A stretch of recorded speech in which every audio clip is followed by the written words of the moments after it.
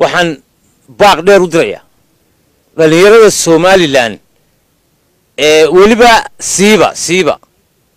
kulmiye wadani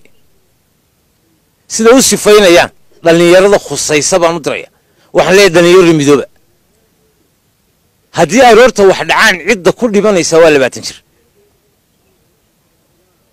dhalinyarada xagga Cabdiraxmaan ka soo jeediyay xagga Muuse ka soo jeediyay waxaan leeyahay midooba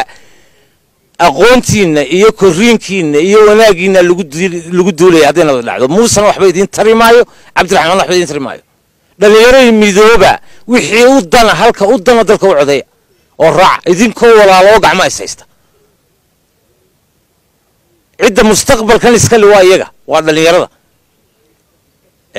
siyaasadeeni arrimaha gudaha dibadda 25 sanadood 26 sanadood baan cagcagaynaynayo halkii marayso way noogni qaladaadka soo dhami waa hoggaan xumo waxaan leeyahay wuu ka badan yahay qaladaadku inta dawladda Ingiriiska guriyaha ay dhistay waa la xaraashay maxaan ku yiraahdaa machaarigii ay u sameysay biyo marayeen orda soo eega xashiish baa wada jaray guriyihii faqash sameysay ee ka dambeeyay faqash waxba bay kordhisay tiin la dagaalameen waxbay kordhisay guriyaha dhistay maya kuwa Ingiriiska iyo kuwa kale maanta ma kala soocay guriyada dawladda iyo guriyada ummadda guri kasto dawladeed nin baa ku jiro masaxay $250,000 ama $200,000 hal ay siiyay buu leeyahay ninkii ku jiray war maxay tahay dawladnimadu ay markii dawladdu inta ka adkaan weyday hantidii ay u timi ilaalin kari weydo waxa la wixii bidrool ahaa ee uu nimay dawladdii hore faqast lahayd maanta gacanta ku jiraan waayo dawladda gacanteeda ma ku jiraan ma la xaraash public ma la soo joojiyay oo cid ma loo wareejiyay oo si public ummaddu ma ugu tartantay guri kaliya oo lagu tartamay miyaa garanaysaan oo la xaraashay bidrool kaliya kaalmahan oo dhan waxaan 2-3 hayn waxa lahayd dawladdii hore hantidii ummadda waa la baabiyay umaynaan dagaalamayn in la baabiyo hantida ummadda hantidii baa la baabinaya sharcigii baa la baabinaya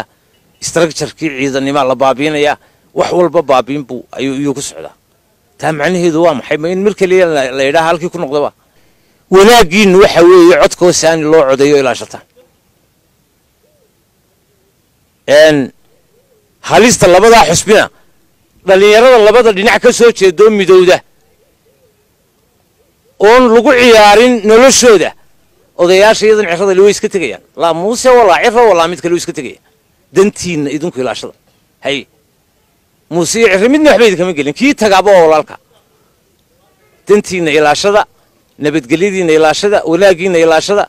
waliba waxaan oran laa midoobo oo halkii dalka u dano codeeya hay haday labadoodu ay ku murmayaan aad cid kale dadka u dano way joogtaa oo saddexaad oo tarsamaysa sifaha qabiilha laga saara labada xusbi qaran ha laga dhigo ashqaasta labada dhinac kala raacday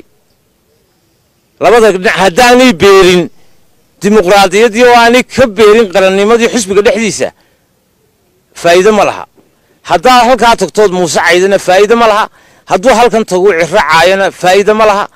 laakiin waxa loo baahan yahay walaalnimada iyo dadnimada in la beero oo daacad iyo qalbi fiyo lagu galo doorashada ayaynu u baahanay